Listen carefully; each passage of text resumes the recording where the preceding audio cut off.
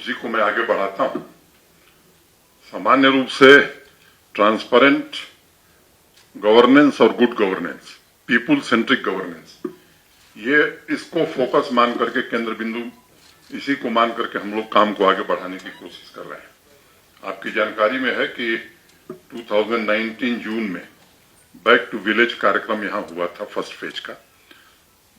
फिर back to village 1 में बड़ा उत्साह था लोगों के मन में, लोगों को एक नया अनुभव आया था और मैं कहूं कि उत्सव जैसा माहौल था, फेस्टिविटी का माहौल था गांव में। बैक टू विलेज 2 हुआ, लोगों की अपेक्षाएं जगी, एस्पिरेशंस इतनी हाई हो गई कि लोगों को लगा कि सब कुछ हो जाएगा। मैं मानता हूं कि उसमें काफी काम हुआ है और जनता से सीधा संवाद प्रशासन का रहे। मुझे लगता है कि किसी भी अच्छे शासन की प्राथमिक और अनिवार्य और अपरिहार्य शर्त है ये जानते हुए भी कि इसमें कठिनाइयां आएंगी। Back to village 3 Mahatma Gandhi ji के जन्म जयंती 2 अक्टूबर से करने का फैसला हम सबने किया है,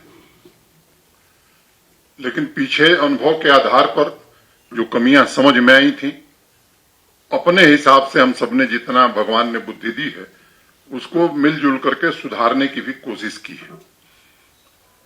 और बैक टू विलेज 3 शुरू हो उसके पहले एक बड़ा अभियान लगभग 20 दिनों का गांव-गांव में हर पंचायत में प्रारंभ हुआ है। उस दिन मैंने चर्चा करी थी आपसे, जिस दिन कि सभी डीसीज और एसपीज 10:30 to 11:30 डिस्ट्रिक्ट हेडक्वार्टर पर रहेंगे 5 दिन सप्ताह में और लोगों से मिलेंगे। डिविजनल कमिश्नर्स और आईजी भी सप्ताह में 2 दिन सामान्य लोगों से मिलेंगे। प्रधानमंत्री जी ने अपने मन की बात में बैक टू विलेज कार्यक्रम की एक बार चर्चा की थी। मुझे लगता है कि आप सब उससे परिचित हैं और बैक टू विलेज 2 की भी चर्चा इस बार 15 अगस्त के भाषण में उन्होंने किया था। बैक टू विलेज 3 सकुशल हो और लोग इससे जुड़ सकें, इसको सुनिश्चित करने के लिए एक कार्यक्रम बनाया है और उसमें 3 चीजें हम कर रहे हैं। एक अधिकार अभियान, मुहिम बराए हकूक, जिसमें सर्विस डिलीवरी, जो सेंट्रली स्पॉन्सर्ड स्कीम्स हैं सोशल सिक्योरिटी की, तो बेनिफिशरीज 100% सेचुरेट हो जाएं, ये कोशिश प्रारंभ हुई है 10 तारीख से। गांव-गांव हमारे लोग जा रहे हैं। उन्नत ग्राम अभियान, गांव एक विकास का मॉडल बने, इसकी कल्पना ग्राम स्वराज में बापू ने किया था और मुझे लगता है कि कोई भी अच्छा शासन तभी माना जाएगा जब गांव का सशक्तिकरण हो सकेगा। और तीसरा, जन सुनवाई अभियान, छोटी छोटी बातें लोग अपनी कह सकें, उचित फोरम पर इसका इंतजाम किया, जिसके तहत मैंने बताया कि डीसीज और एसपी जाएंगे।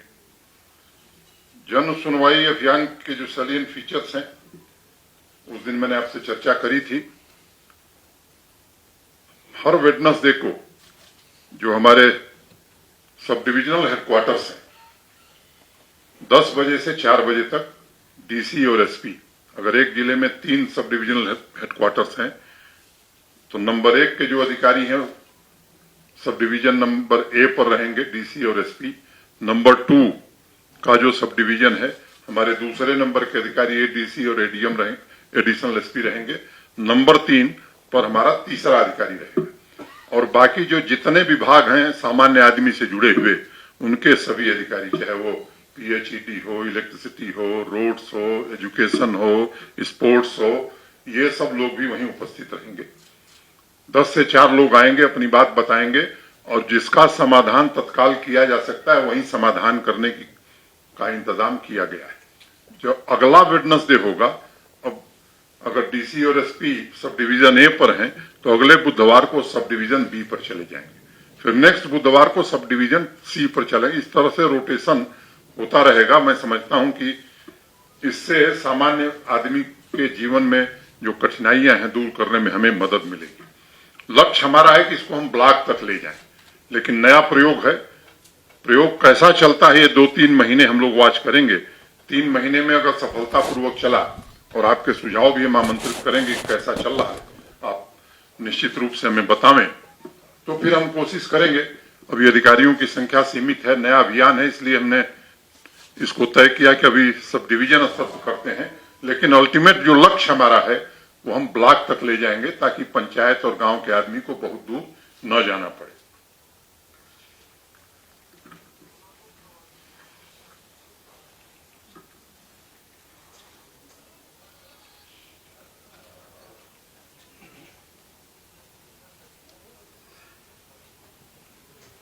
उत्तम ग्राम अभियान, उन्नत ग्राम अभियान, तो B2V1 और B2V2 में जो लोगों ने काम बताए थे उसको प्रियॉरिटी के हिसाब से लोगों ने तय किया है।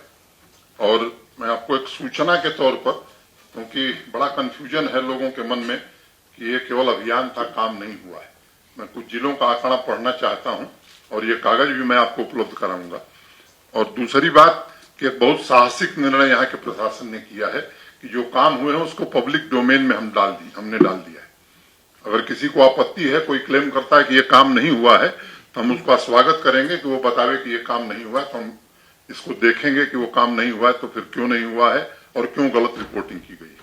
ये कुलगाम डिस्ट्रिक्ट में 101 काम सभी पंचायतों को मिला करके टेकअप हुए थे। अनुमानित व्यय जो है एस्टिमेटेड कास्ट 282.63 करोड़ थी।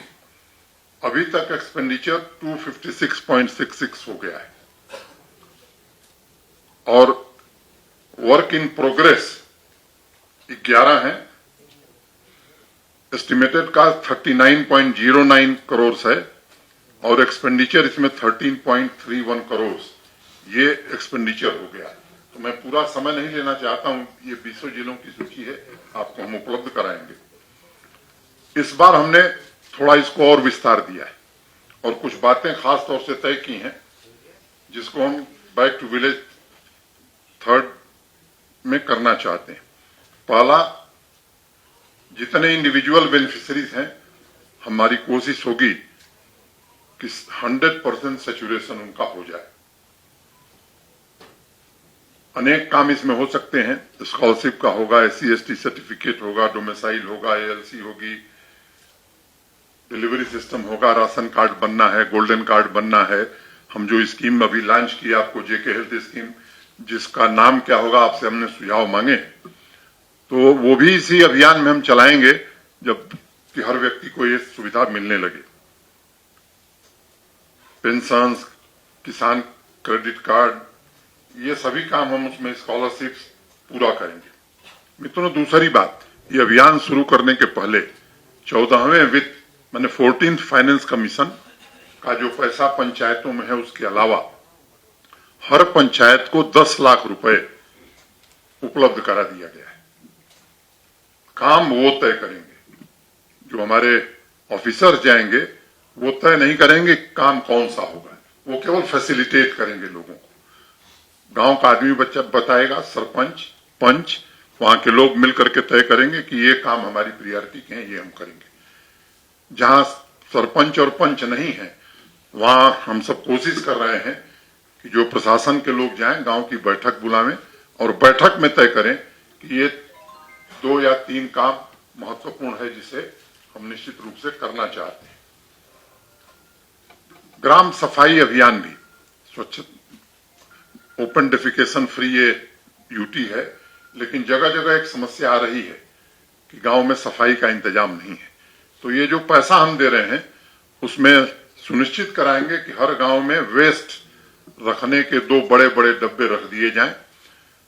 मनरेगा में जो जिन लोगों को हम पैसा देते हैं वो गांव में चिन्हित करेंगे कि ऐसे 2 लोग नियमित सफाई का काम और ये कूड़ा उठा करके वहां डालने का काम ये करें।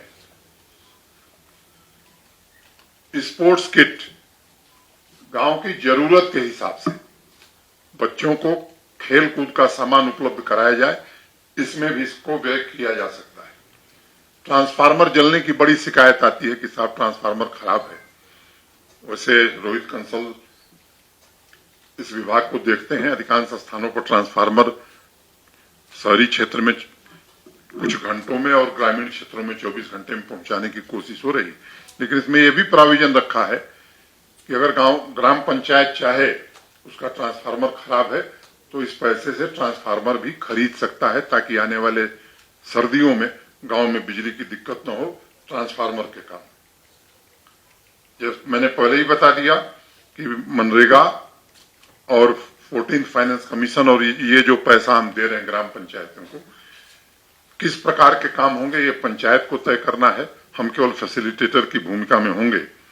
और मैं समझता हूं कि काम भी जो वहां काम होगा उसी पंचायत का आदमी करे, ये भी हम सुनिश्चित करना चाहते हैं, ताकि एम्पावरमेंट, जो पब्लिक एम्पावरमेंट कहते हैं, पंचायतों को एम्पावर करना, ये मोटे तौर पर हमारा लक्ष्य है। तो ये छोटे फैसले हैं, लेकिन मुझे लगता है कि ये छोटे फैसले आने वाले समय में बड़ा बदलाव करेंगे। तो आज इतनी ही बात कह के आप सबसे मैं विदा लेता हूं। कोई प्रश्न होगा तो जरूर लिया जाएगा। सरपंच और पंच नहीं है, वहां हम सब कोशिश कर रहे हैं कि जो प्रशासन के लोग जाएं, गांव की बैठक बुलावें और बैठक में तय करें कि ये 2 या 3 काम महत्वपूर्ण है जिसे हम निश्चित रूप से करना चाहते हैं। ग्राम सफाई अभियान भी, स्वच्छ ओपन डेफिकेशन फ्री ये यूटी है, लेकिन जगह जगह एक समस्या आ रही है कि गांव में सफाई का इंतजाम नहीं है। तो ये जो पैसा हम दे रहे हैं उसमें सुनिश्चित कराएंगे कि हर गांव में वेस्ट रखने के 2 बड़े बड़े डब्बे रख दिए जाएं। मनरेगा में जो जिन लोगों को हम पैसा देते हैं वो गांव में चिन्हित करेंगे कि ऐसे 2 लोग नियमित सफाई का काम और ये कूड़ा उठा करके वहां डालने का काम ये करें। स्पोर्ट्स किट गांव की जरूरत के हिसाब से बच्चों को खेल कूद का सामान उपलब्ध कराया जाए, इसमें भी इसको व्यय किया जा सकता है। ट्रांसफार्मर जलने की बड़ी शिकायत आती है कि साहब ट्रांसफार्मर खराब है। वैसे रोहित कंसल इस विभाग को देखते हैं। अधिकांश स्थानों पर ट्रांसफार्मर शहरी क्षेत्र में कुछ घंटों में और ग्रामीण क्षेत्रों में 24 घंटे में पहुंचाने की कोशिश हो रही है। लेकिन इसमें यह भी प्राविजन रखा है कि अगर ग्राम पंचायत चाहे उसका ट्रांसफार्मर खराब है तो इस पैसे से ट्रांसफार्मर भी खरीद सकता है, ताकि आने वाले सर्दियों में गांव में बिजली की दिक्कत न हो ट्रांसफार्मर के कारण। मैंने पहले ही बता दिया कि मनरेगा और 14th फाइनेंस कमीशन और ये जो पैसा हम दे रहे हैं ग्राम पंचायतों को, किस प्रकार के काम होंगे ये पंचायत को तय करना है। हम केवल फैसिलिटेटर की भूमिका में होंगे। और मैं समझता हूं कि काम भी जो वहां काम होगा उसी पंचायत का आदमी करे, ये भी हम सुनिश्चित करना चाहते हैं, ताकि एम्पावरमेंट, जो पब्लिक एम्पावरमेंट कहते हैं, पंचायतों को एम्पावर करना, ये मोटे तौर पर हमारा लक्ष्य है। तो ये छोटे फैसले हैं, लेकिन मुझे लगता है कि ये छोटे फैसले आने वाले समय में बड़ा बदलाव करेंगे। तो आज इतनी ही बात कह के आप सबसे मैं विदा लेता हूं। कोई प्रश्न होगा तो जरूर लिया जाएगा। नहीं, ये अभी तत्काल के लिए है। अभी बैक टू विलेज प्रोग्राम 3 शुरू करने के पहले 10 लाख रुपया उनको आने वाले 2 दिन में मिल जाएगा। और ये साल के लिए अभी बहुत बड़ा है। ये तो अभी शुरुआत है, देखते